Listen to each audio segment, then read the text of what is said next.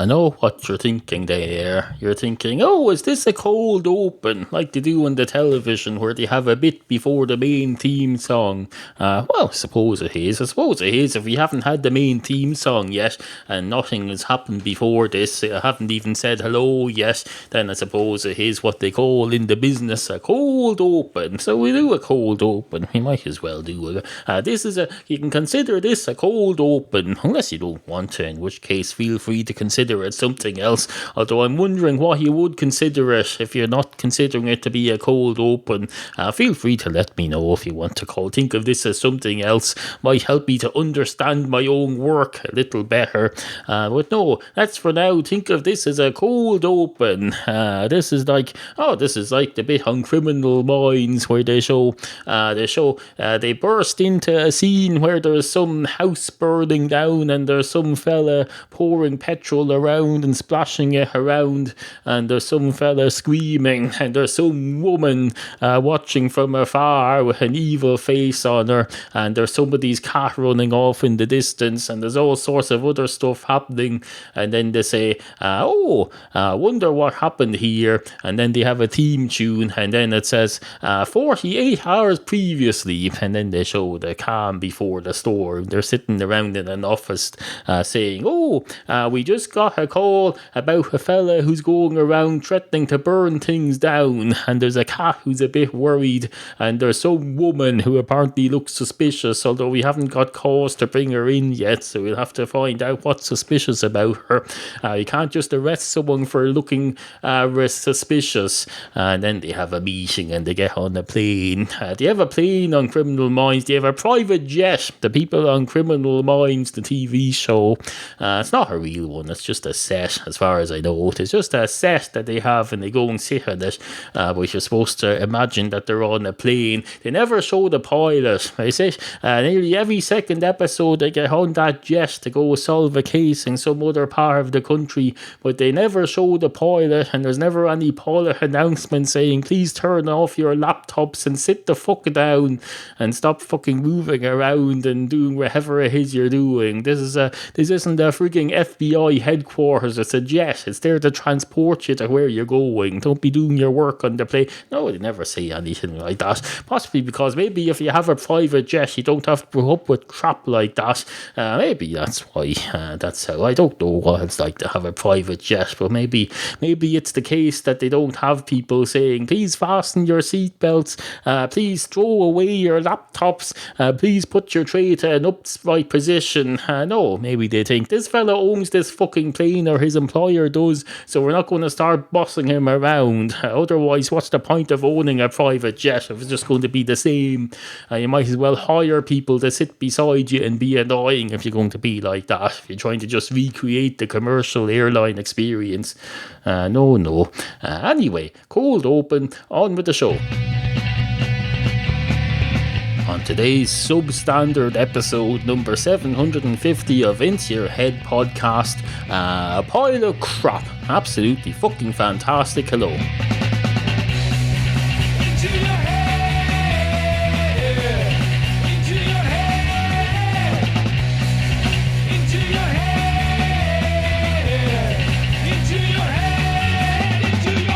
I've always been a great believer in the dictum, reap what you sow, reap what you sow, something, reap what you sow, something, reap what you sow. It's such a perfect day. You got to reap what you sow. You got to reap what you sow. That was a song by Lou Reed, supposedly about a perfect day, but it was clearly about the Grim Reaper, also known as Death, also known in some circles as Beelzebub or Satan, although a lot of people would consider Death as a character to be a separate person from Satan. It would have to be, really. You can't have, if you had Satan and Death as the same person, that would be a conflict of interest. You need Death to be totally independent of the two different places that people believe you go to when you die. You can't have them attached to one place. You can't have the contract for death, the gateway to death, to be run by one side or the other. It'd be just like if death was run by the fella from the other side, the heaven fella. No, no more than you'd have it run by the hell fella. You wouldn't. The EU, the European Union, would step in and they'd say, no, competition laws. You can't have conflicts of interest. You can't have that. So no, clearly Satan and death are two separate entities, completely independent, although there may well be some fella from the CIA or something, who's got a cover corporation and who owns both of them secretly, and they're doing it so they can spy on that, because that was in the news today. Apparently there's some CIA people or something, and they bought shares in a version of Twitter for that place with the cigars, the Cuba place. They bought shares, and they're basically running the Cuban version of Twitter so they can reap power and influence over the people who make the cigars, just so they can manipulate. That's what they're up to now. Manipulation. It's all about manipulation. And tell you, if Lou Reed thought that his song was going to be used in that way, he would have objected to it. He's allowed his songs to be used for benign purposes. There was a version of Perfect Day made for a BBC marathon a few years ago, and they got Heavy Pop Star Under the Sun and Lou Reed as well to come in and do half a line each. They took turns. They said, you do a line, Bono, and I'll do a line, I'm George Michael, and I'll do a line, I'm Elton John, and I'll do a line, 4 members of whatever the current boy band is, they'll all do it together, and I'll do a line, Lou Reed, and I'll do a line, some other old band who literally do lines of cocaine on a regular basis, but like to take part in benign stuff as well. Not that there's anything not benign about cocaine, as long as you're not cramming it down someone else's face. It's perfectly fine to kill yourself with powder. If you're going to kill yourself with powder, you could use some sort of other powder. You don't have to put powder inside you for you to kill. Strangely enough, powder, people think of powder as being harmless stuff that you put on babies to get rid of nappy rash, but no, you can make frigging explosives out of powder. That's why you get on the plane and they'll say, what's that in your bag? And you say, oh, it's 2 kilos of powder. And they'll say, oh, you need to be a bit more specific, sir. And you say, well, it's either baby powder or Semtex or cocaine. I'm not sure which. Does it really matter that much? And they'll say, I rather think it does, sir. I think we'll just have to ban powder completely, especially in large quantities. You can bring in maybe a pinch of it, I suppose. Although maybe not. You can probably bomb a plane with a pinch load of powder now, can you? I don't know. I don't know the technicalities of creating bombs, and I don't want to either. I have no interest in making bombs. Although I'm sure it's a very interesting hobby. I just don't want to do it. Because of the side effects. The side effects of creating bombs and causing them to explode are quite significant and unpleasant, and they cause people to frown upon you. People, if you make bombs and bomb people, people frown on you. They say, are you making a bomb? And bombing people and throwing bombs at people and killing them and destroying half the world. Well, I have objections to that. It's all very well to have a pastime, but if your pastime has such negative influences over people and negative effects to such a great degree, maybe you should do something a bit more innocent, like taking cocaine. And these people who take cocaine, they don't go fucking, they don't blow up half the world with it. Or do they? I don't know. I'm probably talking out of place here, because I've very little experience of either drugs or bombs. I've no business talking about either. I should leave it to the people who are qualified to do so. Anyway, we've a lot to get on with today. Items that need to be attended to, issues that need to be addressed. Topics. Oh, topics. We've got lots and lots of topics. We've got topics coming out of this tub. This tub contains caffeine pills. It's absolutely fantastic. It's an offshoot of my main large tub of caffeine pills. I've offloaded some into this little tub and put her up here into your head center. I won't call it a studio because that sounds elitist. It's not a studio, it's a spare bedroom. So in order to not sound elitist, I'll call it the into your head center headquarters upstairs in central upstairs my house. That's what we'll call it. That probably sounds a bit elitist still. But there's not much we can do about that. There's only so much I can do about that. I can't just whatever language I use sounds elite. I can't just stop using language, because if you stop using language, like I can tell you, you don't have much of a talk show to go by. Well, if you want a music program, I suppose, we could have that. Do you want a music program? You probably do. Here we go. Here's what this program would sound like if it was all music.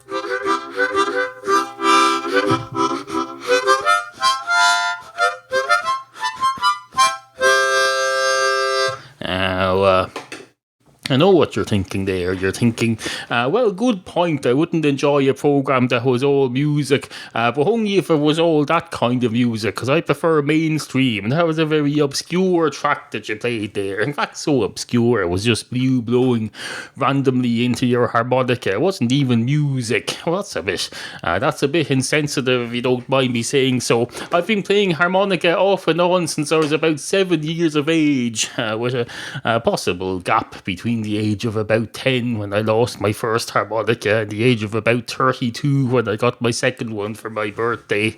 Apart from that, no. So I've devoted a lifetime of work to my harmonica playing, and while it may not sound like much to you, it's the height of my achievement. What you've just heard is the height of my achievement of many years of practice on the harmonica. So don't go being mean, please. Be kind. As they say in the movie, be kind, rewind. They say, this is a movie. It's probably not going to be available to rent in stores, because that sort of thing doesn't happen anymore. They don't rent videos in stores anymore. There's a rental store down here, but I think they just sell things mostly. They have videos for rental, right? You can go in, on the face of it, it's a video rental store still. I believe it was owned by Blockbuster or something for a while. But no, you go in there and it's called Extravision HMV now. They say, it's half Extravision, it's half HMV,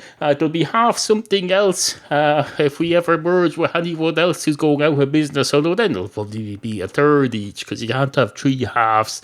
They'll say, or else they'll have some gimmick where they say, we're so good now, we're 150% of a shop, so we're half HMV, half Extravision, and half whatever we've merged with now. Probably a newspaper. They'll probably merge with a print newspaper that's about to go bust, and that will keep them going for another 10 years until someone invents, somebody will invent money that you just download, and that nobody goes down to the high street or any mall or anything anymore. So all shops will be gone. That'll be at the end of those record and DVD rental stores at last. Their comeuppance has been coming for long enough. It's going to happen eventually. They should just accept their fate and get out now. They should get out. If you have a video store, get out now. Plan for your future, for Christ's sake. You're not going to last forever. You're not frigging Highlander with the Queen, with or without the Queen soundtrack. There's a movie called Highlander that came out in the 80s, and it had a soundtrack by Queen. The soundtrack was basically the Queen, A Kind of Magic album. That was the soundtrack to Highlander. They went, who wants to live? Who wants to live? Who wants to live forever? except they didn't have harmonica. They had orchestral stuff in, and they had Freddie Mercury sing rather than me. I'm very sorry I'm not Freddie Mercury, but would Freddie Mercury do a podcast for you? He probably wouldn't, because he's been dead since 1990 something, 1991 or something. So don't be going giving me that crap. You may well... bollocks. Anyway, two DVD rental store owners walk into a bar. One of the DVD rental store owners goes straight up to the bar counter and says, "Hello, can I have a pint of Caliber, please?" And the man behind the bar says, "Are you fucking serious?" And the DVD rental store owner says, Yes, I am. Caliber. Caliber was a short-lived non-alcoholic beer brought out by Guinness in the 1980s, and I'd like a pint of it, please." And the man behind the bar says, "You really don't understand about time moving on and the world moving on, do you, Mr. Video Shop Owner?" And the video shop owner says, Yes, I do. I sell HD DVDs now and rent them. I even sell downloads. You can come into my shop and buy an iTunes voucher if you like, and go and spend it somewhere else." And the man behind the bar says, "And you don't see how that's going to make your business unviable in the near future?" And the video store owner says, "I suppose, but I can merge with HMV. They're banjacks too, so I'm just going to seek out another business that's banjacks, and we'll merge them, and we'll go banjacks together, but over a shorter period of time." And the man behind the bar says, "That's interesting, sir. I'm afraid I can't help you with the pint of Caliber, because as you say yourself, that was a short-lived beverage product in the 1980s. It doesn't exist anymore. It's not available. The only time you hear about it is if you do a search on YouTube for Caliber ads, and people go and look at it just for the laugh. They're being ironic. They'll say to you, 'Want a pint of Caliber? Here's an ad for it.'" And video store owner says, "Oh, that's a shame. They should have merged it with proper Guinness or something. You could have a half alcoholic, half lager, half stout Guinness or something. I suppose technically that wouldn't work, but I'd have to. I'm not in the beverage industry. I'm more of an ideas person than a fleshing you out person. But no, there's an idea for them. They get Caliber, which I believe was a non-alcoholic lager, and they merge it with full-bodied Guinness stout. Now, I've been drunk as a student and tried to mix remaining half a can of lager with a half a can of Guinness, and it didn't work out. But no, in the industry they blend things like that. You can't mix these things at home, but you get someone, a food scientist and the marketeer in some place, and they'll be able to figure that out if they put their minds to it." And the man behind the bar says, "Is that so, sir? Is that so?" And the thing he had, video store owner says, it is indeed. But I can see I'm not going to get my pint of Caliber here, so kind of a pint of poachine, please. And the barman says, "So you've gone from wanting a pint of alcohol-free lager or whatever Caliber was, to wanting a pint of poachine, which is basically pure alcohol. It's basically moonshine, and it's also illegal for me to sell it, by the way."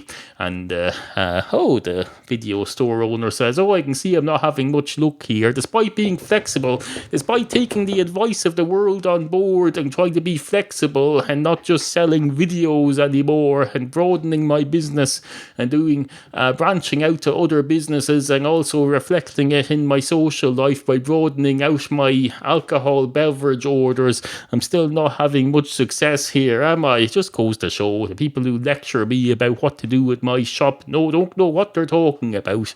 And the man behind the bar says, "You're right, I've no idea what you're talking about at all."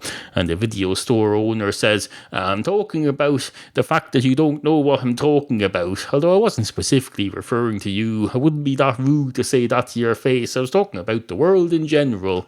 And the man behind the bar says, "You are not. You were talking about me, you rude cunt." And the video shop owner says, "I've never heard such language in all my life." And he says, "I suppose you're going to tell me now that the world has moved on and we've branched out into more flowery language like that. Well, I'm not going to..." I'm not going to. And the man behind the bar interrupts and says, I'm sorry, I didn't hear those last few words, sir. You moved your face away from. It's almost as if you're speaking into a virtual microphone here and you moved your face away from it, so I couldn't hear what you were saying. And the video store owner says, oh, I wasn't really saying anything. I was just fading away into a cough. And that's why I moved my mouth away, because I don't go up and cough into people's faces, even after they call me a cunt, whatever that is. What's a cunt anyway? Some slang that the young people made up. What does it even mean? And the barman says it means it's a bit like saying you're a fuckhead, I suppose, if you want to put it into other words. Although you don't need a fucking thesaurus to analyse swear words. The whole point of a swear word is that you say it and it carries everything you want to say with it, and there's no explanation needed. So for example, I could say, you're a fucking gobshite mophead cunt, and you'd instantly know what I meant by the tone. You wouldn't need to get out a frigging dictionary. Probably wouldn't be in the dictionary anyway, because it's more of a phrase than a word. Although they probably do. They have dictionary for phrases. They probably do. Well, I'm sure they can't possibly cover every possible combination of swear words. That would be a very thick book, I can tell you. You'd probably sell it. You'd probably still sell books if you were a bookstore. You'd probably do an online audio bookstore where you sell tapes of the audio books. And the video store owner says, what's an audio book? It sounds interesting. And the man behind the bar says, well, quite a lot of them sound interesting, all right. Although you don't really need to listen to them to tell whether they sound interesting. You can just look at the cover. You can judge an audio book by its cover, and maybe by listening to a sample, I suppose. And the video store owner says, I'm bored with this segment now, and a great night is had by all. IntoYourHead.com. Support the podcastual arts at no cost to you.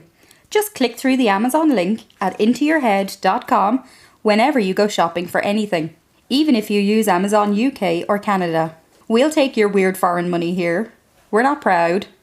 Just visit IntoYourHead.com and click on the appropriate Amazon banner. If you would like to comment on any of the issues raised in this program, email studio@IntoYourHead.com. Remember, we value the opinions of you, the humble and ignorant listener. Matchstick cats. Matchstick cats. Matchstick cats. Matchstick cats and stuff. Are you a cat? Or do you know somebody who might be? Then tell yourself about Matchstick Cats, Neal's webcomic. Brand new episodes at IntoYourHead.com. Matchstick cats and stuff. IntoYourHead.com. I must admit, I'm not very happy with the quality of today's episode of Into Your Head podcast. Hello, not least because it's the first one in over a week, and it's number 750, a very significant number because it means we're 3/4 of the way up to show 1000. I think that's significant anyway. May not be significant to you, but you're not the one who's made 750 episodes of any. Have anybody listening to this ever done anything 750 times? I doubt it. Well, I've achieved something here. I've done this 750 times, and I'd quite like if the 750th one was reasonably good and a good representation of the current quality of the podcasts in general. No, it's not. It's a boil of crap. It's me talking about drugs and bombing, and some fella going into a bar talking about extravision. Fucking ridiculous. Videotapes and cocaine. Is that what we used to do proper cat songs on this show in the early days. I used to come on and say, oh, here's a cat song. I'd say, oh, Chili's getting his willy chopped off, willy chopped off, willy chopped off. Chili's getting his willy chopped off on Wednesday. Hey, he's not going to pee everywhere. Hop on Pippi the cat. He's not going to... Actually, my wife did that song, if I remember rightly. She performed it on one of the earlier episodes, and he put it on here, and he said, here's a cat song, because we had proper cat songs in those days. But now, no, just get out my harmonica, and I go, perfect day, something, perfect day. It's a sign of getting old, I can tell you. If you can't rustle up a cat song on demand, as a sign that you're getting old and weary of the the world, weary of the world in general. Not that there's anything wrong with that. Nothing wrong with being weary with the world in general, because it means you're a realist. You're a real participant in what's going on around you. You're aware. You've an awareness of sorts. Oh, there's a car. There's a car over there. See, I'm aware of that. There's a car ploughing its way into the next estate. It's disappeared behind in front of a house now, but I'm behind that house from my view, so it's disappeared in front of the house. You can disappear in front of things, you don't have to just disappear behind them. It all depends on that's how the magicians will know that. It all depends on where the audience is looking at it from. It's all about a point of view and the point of your finest Guinness. Absolutely fucking fantastic. Now I know what you're thinking there. You're thinking he's being very self-deprecating today. It's quite an attractive and appealing trait, if I'm honest. That's what you're thinking. You may think that, but you're a poor judge of character if that's the case. Not that there's anything wrong with being a poor judge of character. There's worse things than being a poor judge of character, and you shouldn't feel bad about it. There's worse things. Worse things such as, for example, making a substandard episode of your long-running podcast and then putting it out and then having a go with the listener for being a poor judge of character. That's worse than being a poor judge of character. So no, don't feel bad. Well, maybe you do feel bad because you take pride in being a good judge of character, and now you've just found out that you're not. So I can't prevent you from feeling bad about that, but you shouldn't feel bad about that, because you should put it in perspective and think, what, there's far worse things. You could be far worse. You could be Hitler. You could be Hitler reincarnated. Although who's to say you're not? Who's to say you're not Hitler reincarnated? Although if you are, you clearly haven't done anything terribly bad yet. Not on the scale of your previous incarnation. So maybe you're improving. If you're Hitler reincarnated and you haven't yet taken over half of Europe, then maybe it means you've learned from your previous life and you're being rehabilitated, in which case, well done. Fair play to you. Did I just praise Hitler? Maybe I did, but you have to give praise and encouragement to people as they progress through these lives and improve, don't you think? Maybe you don't. Was that controversial? It probably was. I've called the listener Hitler, but I've also praised Hitler for not starting a world war since his latest reincarnation. I suppose that's a bit quite unusual, I suppose, anyway. Nothing wrong with being unusual. Hitler himself was unusual, and there was nothing wrong. Oh no, wait, I see what you mean. Now. I take a hold back. Let's pretend I never said you might be Hitler reincarnated, and let's just go back to whatever it is we were doing. What were we doing? Were we doing a podcast? I think we were. I think it's run its course now, though, hasn't it? It's pretty much run its course. I'll come back tomorrow and do a proper podcast. That's what we'll do. We'll just write this one off as a pile of crap, and then I'll come back and do another one. I'll try and do another one tomorrow, Sunday. I'll do it properly this time. I don't know what went wrong here. It was just a disaster. One disaster after another. Although the previous episode was particularly good, I thought. So no, it's just one disaster on its own after a non-disaster. So no, let's not get too far into this self-deprecating stuff. Only deprecate the stuff that deserves deprecation. Although I would argue that something that's bad, it doesn't deserve anything at all. Not even deprecation. It doesn't deserve anything. But I can see why you would think otherwise. Anyway, good morning. Stand by for a cold closure coming up after the closing theme song. Don't go away. You've been listening to Neal tell you stories. About cats, probably. Neal talks a lot about cats. Send your topic suggestions to studio@interyourhead.com. Hello, it's me again. I thought since I did a cold open on today's episode, I'd do a cold closure as well. Although I'm not exactly sure now what that entails. What does a maybe it involves coming back. I think, if I remember rightly from the likes of Criminal Minds, it doesn't necessarily have to happen after the closing credits and theme song. It can happen before those. It can show after they've solved the case and they're all jetting home. It can show someone doing something else after. Maybe some fella went back to check on his cat somewhere because during the case they came across some cats who weren't well, and one of the investigators that goes home after the case is closed to check on his cat, and it's all there and fine, and you show him petting his cat and being all happy because the case is closed. I don't know. Anyway, whatever a cold closure is, consider this to be one. I suppose it gives you closure. It gives you closure on the story.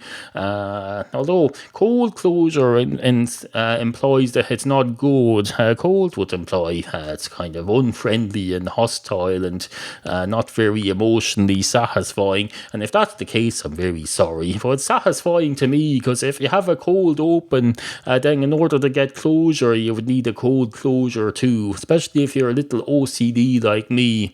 It's just the cold part, I think, that's off-putting. But if cold open wasn't off-putting for the open thing, then why should it be off-putting for the closure thing? There's a question for you. You see, you're thinking about this the wrong way. Maybe you need to change your thinking about the word cold and put it into context. It depends on where you put the word cold as to whether or not it's good or bad. So put that there. If I gave you a cold ice cream in the middle of July and it wasn't a snowstorm on or anything and it was hot, then you wouldn't think, oh, this is cold ice cream, it's horrible. You wouldn't, actually. It's all about context. All about context.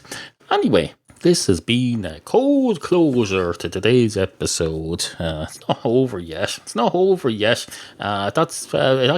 was over until now. I decided to come back and extend it a bit. That bit where I said anyway just now, that was originally the end of the cold closure. But no, I pressed record again and I said to myself, I'll add a bit more on here. I'll go for, if we can't have quality on today's episode, we'll at least go for quantity because it's the next best thing. Ideally, you would have a high quantity of quality, but that's not on the agenda today, and I can't figure out how to get it onto the agenda, so not going to happen. There's no point. You can put stuff on the agenda. It doesn't mean they're going to talk about it. I could go off to the EU, to Brussels somewhere and say, I want you to talk about war on today's agenda. Doesn't mean you're going to be able to stop the heads of state at their next meeting from just sitting around talking about the latest episode of I don't know, whatever the people are watching nowadays, the latest episode of Doctor Who. They could say, what's on the agenda here? It says here, item number 1, impending nuclear war between America and North Korea, or wherever the latest fashionable war is. And they'll say, that's nice. Did anyone see the latest episode of Birds of a Feather on ITV? And everyone else will go, are you aware that most of us are from different parts of Europe and that show is only on in England and maybe a few other English-speaking countries that show it? If they would show it a year or two after the original screening on some crappy little English repeats channel, and the English fella will say, sorry about that. What can I talk about then that would be all-inclusive? Is there a big international show? And the French fella will chime in and say, well, there's Le Breaking Bad. I'm not sure what it's called in English, but over here it's called Le Breaking Bad. And the English fella will say, are you sure that's what it's called in French? I thought the French had proper words for things. You seem to have just said Breaking Bad and put Le in front of it and said it in a slightly French accent, and not a very believable unbelievable one, if you don't mind me saying so. And the French president will say, oh, completely understand. And the English fellow will say, wait a minute, you're the French president. Surely they'd send their head of government, the prime minister, rather than their head of state, the president, a meeting like this. And the French president will say, oh, that's probably true. I'm not sure. Don't know all that much about it. I know you Irish people wouldn't send your president to a political meeting like that. But different countries have different rules for their presidents. I mean, look at America, for example. Their president is just in charge of everything. Your president sits and saws things and goes and pets cats and opens schools and things. But no, there's different presidents, and maybe you should call them different things. Maybe we should call ours a presutant, and we should call the American one a presatant, and just have slightly different pronunciations of them. But we already have our own word for president, so we already do that. We call our president le president, which I realise is just another pronunciation of the English word. But has it occurred to you that the English word might be just another pronunciation of the French word? I mean, which came first, the kettle or the egg, or the French word for president or the English word for president? There's a question for you. And that's how they never get around to discussing war. They probably never even get around to discussing Breaking Bad, if they're going to get bogged down and stuff like that. Oh no. Anyway, on with the void after the cold closure.